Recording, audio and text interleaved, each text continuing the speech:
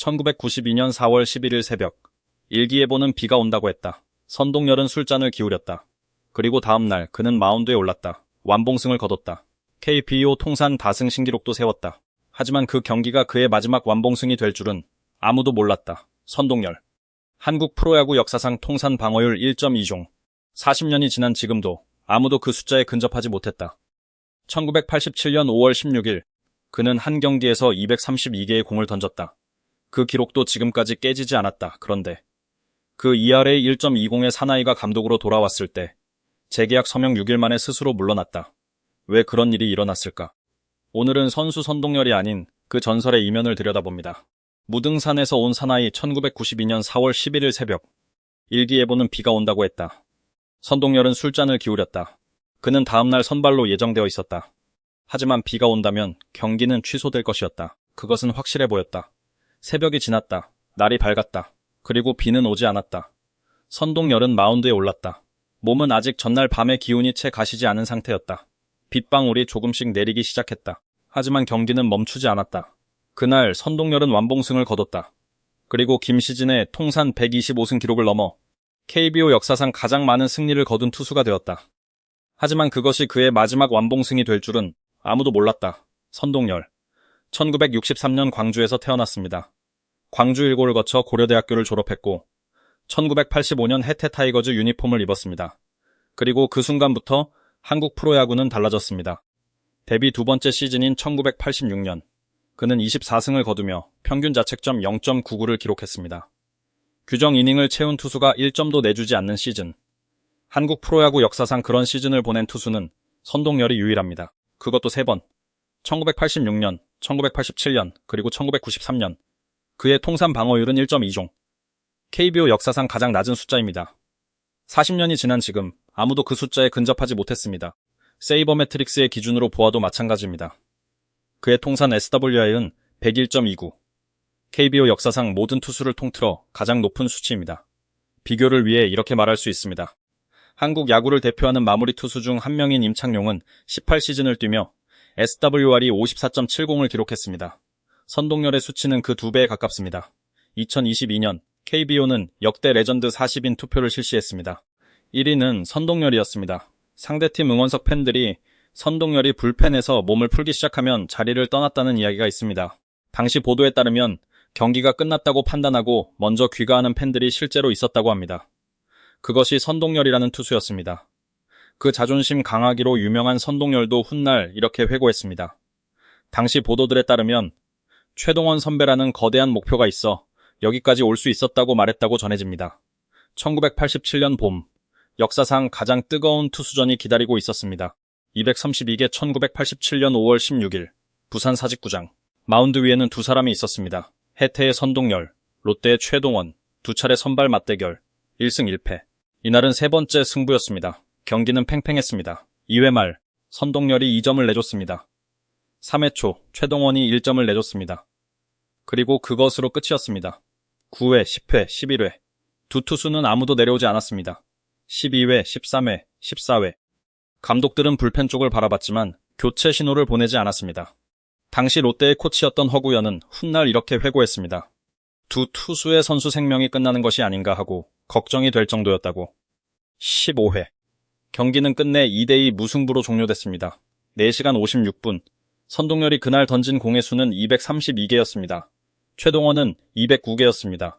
선동열의 한 경기 최다 투구 기록. 지금도 깨지지 않았습니다. 경기가 끝난 뒤 최동원이 먼저 선동열 쪽으로 걸어왔습니다. 두 사람은 손을 맞잡았습니다.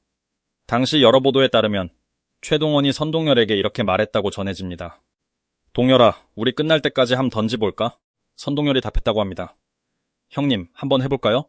그 대화가 언제 오간 것인지는 정확히 알 수 없습니다. 경기 전인지, 경기 중인지. 하지만 결과는 분명합니다. 두 사람은 끝까지 던졌습니다. 그 시절의 선동열이 얼마나 압도적이었는지는 숫자가 말해줍니다. 1989년부터 1991년까지 3년 연속 투수 트리플 크라운, 방어율, 다승, 탈삼진을 동시에 석권했습니다. KBO 역사상 2번 이상 트리플 크라운을 달성한 투수는 선동열이 유일합니다.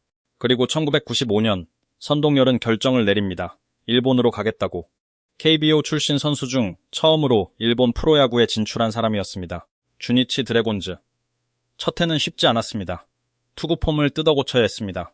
3,000개 투구 훈련을 반복했습니다. 남도일보와의 은퇴 인터뷰에서 그는 이렇게 회고했습니다. 다 때려치우고 돌아가려고 가족회의도 몇 차례 해봤습니다. 하지만 그는 남았습니다. 1997년. 선동열은 38세이브를 기록했습니다. 당시 일본 프로야구 신기록이었습니다. 그리고 1999년 팀의 리그 우승을 이끈 뒤 그는 마운드를 내려왔습니다. 기자회견에서 그는 말했습니다. 정상에 있을 때 깨끗하게 물러나자는 평소 소신을 지켰습니다. 아름다운 은퇴였습니다.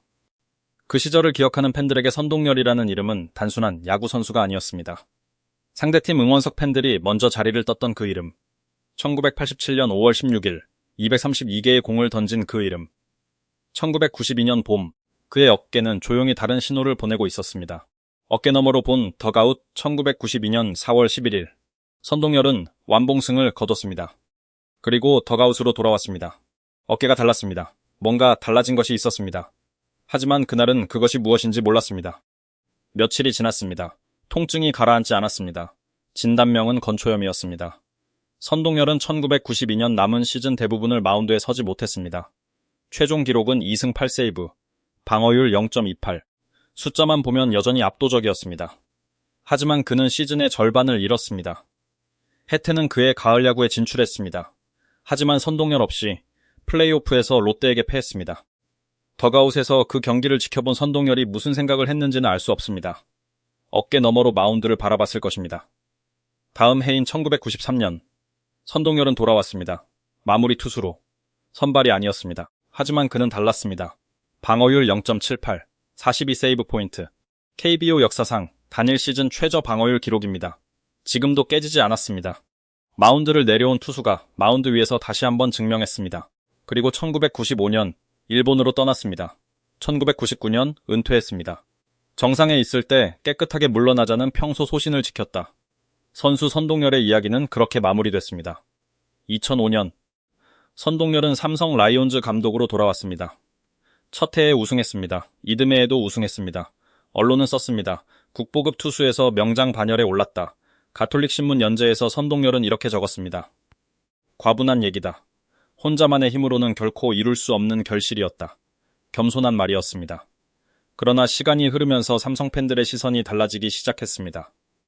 선동열이 추구한 야구는 삼성 팬들이 익숙하던 야구와 달랐습니다. 홈런을 뻥뻥 치던 빅볼 대신 1점을 쥐어짜는 스몰볼이었습니다. 그리고 2010년 삼성의 프랜차이즈 스타 양준혁이 시즌 중반 주전에서 밀려났습니다. 전에 OPS가 1.0에 가까웠던 타자였습니다. 아직 더 할 수 있는 선수라는 시각이 많았습니다. 그러나 선동열은 달리 판단했습니다. 이에 대한 평가는 지금도 엇갈립니다. 팀 전력 쇄신을 위한 결단이었다는 시각도 있고 레전드를 홀대한 처사였다는 시각도 있습니다. 그의 삼성은 13년 만에 가을 야구에 진출하지 못했습니다. 같은 해 말 선동열은 삼성을 떠났습니다. 2011년 선동열은 고향팀으로 돌아왔습니다. 해태 타이거즈. 이제는 KIA 타이거즈가 된 그 팀. 등번호 18번은 이미 영구 결번이었습니다. 그는 90번을 달았습니다. 그것이 그의 마지막 귀환이 될 줄은 아무도 몰랐습니다. 6일 KIA에서의 3년은 쉽지 않았습니다. 2012년 5위, 2013년 8위, 2014년 8위. 세 시즌 동안 단 한 번도 가을 야구에 오르지 못했습니다. 팬들의 목소리가 커졌습니다. 고향팀에 돌아온 레전드에게 기대했던 것과 달랐습니다. 그리고 2014년 시즌이 끝났습니다. 2014년 10월 19일 KIA 타이거즈는 발표했습니다. 선동열 감독과 2년 재계약, 계약금 3억 원, 연봉 3억 8천만 원. 구단은 그를 선택했습니다. 그런데 그 사이 조용히 불씨가 하나 타오르고 있었습니다. 당시 내야수 안치홍은 경찰팀 입대를 선언한 상태였습니다. 안치홍 본인의 선택이었습니다. 야구 선수로서 중요한 2년을 군팀에서 보내겠다는 결정이었습니다. 그런데 그 과정에서 선동열 감독이 안치홍을 감독실로 불렀습니다. 선동열 감독은 훗날 해명했습니다. 이미 탈퇴라는 말을 꺼낸 것은 사실이지만 의미는 달랐다고. 구단이 이미 탈퇴를 생각하는 상황까지 되면 안 되지 않느냐. 1년만 더 같이 하자고 말했을 뿐이다라고. 그러나 그 말이 밖으로 나왔습니다. 이미 탈퇴 공시가 되면 군팀에 입단할 수 없습니다. 안치홍은 자신의 입대조차 마음대로 할 수 없는 상황에 처할 뻔했습니다. 보도가 이어졌습니다. 팬들의 반응은 빠르고 거셌습니다. 재계약 발표 이후 KIA 팬들의 비난은 가라앉지 않았습니다. 2014년 10월 25일, 재계약을 발표한 지 6일째 되는 날, 선동열은 사임 의사를 전달했습니다. KIA는 그 뜻을 받아들였습니다. 선동열은 말했습니다. 감독 재신임을 받은 후 여러 가지로 많은 고민을 했다. 고민 끝에 지난 3년간 성적 부진의 책임을 지고 물러나는 것이 옳다고 판단해 사임을 결정했다. 해고가 아니었습니다. 스스로 물러난 것이었습니다. 하지만 그것이 선택이었는지 아닌지는 지금도 명확하지 않습니다. 그로부터 3년 뒤, 선동열은 한 번 더 기회를 얻었습니다. 대한민국 야구 국가대표팀 감독. 2018년 자카르타 아시안게임 금메달을 땄습니다. 하지만 귀국 후 변변한 환영식조차 없었습니다. 엔트리 선발 과정을 둘러싼 논란이 먼저 기다리고 있었습니다. 국정감사에서 한 국회의원이 말했습니다. 그 우승이 그렇게 어려웠다고 생각하지 않는다. 선동열은 경향신문에 발표한 사퇴 기자회견문에서 이렇게 밝혔습니다. 감독으로서 선수들을 보호하고 금메달의 명예를 되찾는 적절한 시점에 사퇴하기로 마음먹었다. 결심한 건 그 말 때문이었다. 그것이 지도자 선동열의 마지막 공식 발언이었습니다. 광주, 그리고 마운드 지도자 선동열의 이야기는 그렇게 끝났습니다. 3번의 귀환, 3번의 논란, 3번의 퇴장, 삼성에서, KIA에서, 국가대표에서. 그런데 이상한 것이 있습니다. 선수 선동열의 이야기를 꺼내면 사람들의 표정이 달라집니다. 2할에 1.20, 236개의 투구, 상대팀 팬들이 먼저 자리를 뜨던 그 마운드, 그 시절을 기억하는 팬들에게 그 이름은 여전히 다릅니다. 1999년 11월 22일, 나고야. 선동열은 기자회견을 열었습니다. 광주는 제 야구 인생의 출발점이자 클 수 있도록 밑거름이 돼준 소중한 곳입니다. 그리고 이렇게 덧붙였습니다. 정상에 있을 때 깨끗하게 물러나자는 평소 소신을 지켰습니다. 그것이 선수 선동열의 마지막 말이었습니다. 그 말대로였습니다.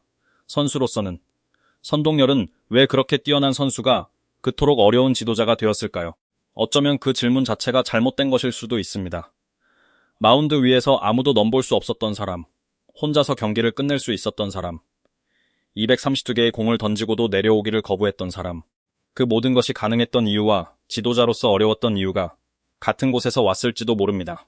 하지만 그것은 우리가 판단할 일이 아닙니다. 선동열의 통산 방어율은 1.2종입니다. 40년이 지난 지금도 그 숫자는 바뀌지 않았습니다. 지도자로서의 기록도, 선수로서의 기록도, 둘 다 선동열의 것입니다. 어느 하나가 다른 하나를 지우지 않습니다. 광주에서 온 그 투수는 마운드 위에서 가장 강했습니다. 그리고 어쩌면 그것으로 충분한지도 모릅니다. 2할에 1.20, 그 숫자는 지금도 광주 어딘가에서 던져지고 있다.